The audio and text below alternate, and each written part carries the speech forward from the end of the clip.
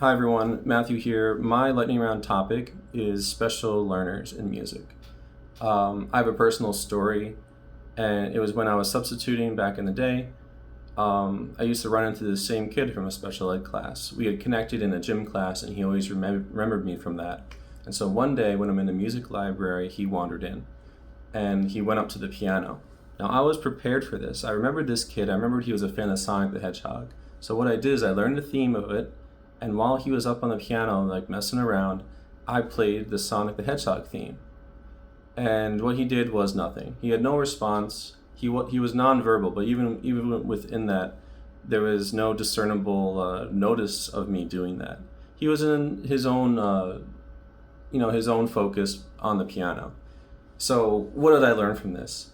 Really, when it comes to all students, but especially special ed students, it's important to take a step back. I was so convinced that we were going to have this moment of connection, and yet there was nothing, at least from what I could tell. So the first thing that I recommend for any kind of special learner, first thing always is one, understand their IEP plan, but two, and most importantly, talk to the other special ed professionals in your building. They're the ones going to be working with these students day in, day out, and they're going to know things beyond the plan, little tips, or even bigger personality insights that might help you work with students, especially ones that have trouble communicating. The second thing I want to touch on was inclusion classes. An inclusion class, for those who don't know, are classes that include both special ed students and your general populace students. The difficulty here is that you can't tailor a lesson to either one group. But the good thing about true special ed education and accessibility is that good accessibility actually will help everyone. It's the idea of having a ramp versus stairs. A ramp, everyone can get up. Stairs, only some people. So, in the case of an inclusion class, I found 3 things from an article that are simple but also can really help with allowing everyone to have an equal chance to participate. The first is repetition. Repeat. If you were going to repeat things 3 times, maybe repeat it 5 times. Increase your repetitions. Second thing, student choice. Whether it's the type of activity you're going to do in general, or just having multiple ways to complete an activity, increasing student choice might help if some students feel like they really need to do it a certain kind of way. And the last one that I liked the most was giving more time for them to respond, giving a longer pause, letting more hands go up, so that other students who are a little bit slower in processing words get more time to think about it and they get a chance to maybe respond, not just the quickest kid in the room.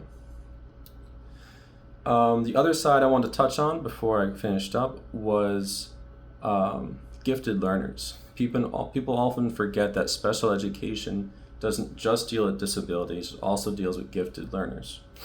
In our textbook, they kind of make a difference between a prodigy and a savant.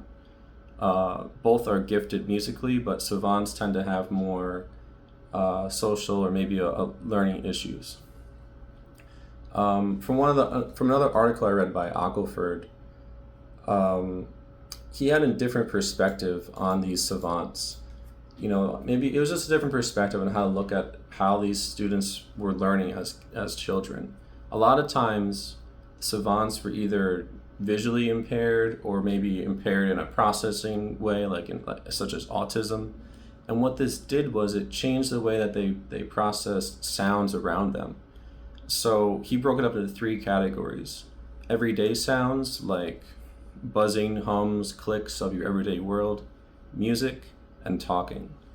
But the thing is that for these savants, he was starting to figure out that a lot of the things started to fuse together, especially environmental sounds. There was these obsessions with microwaves, with clocks, timers, and it also had an association with developing pitch, because the pitches were absolute. There was a development of perfect pitch within these groups of people. So I thought that was really interesting, but I think it also could be useful when designing lessons. I think there's so much sound in our everyday world that could be tapped into that might really fascinate kids, and it might surprise you. Anyway, that's all I have. I definitely went over time, but I hope you guys enjoyed your little topics. See ya.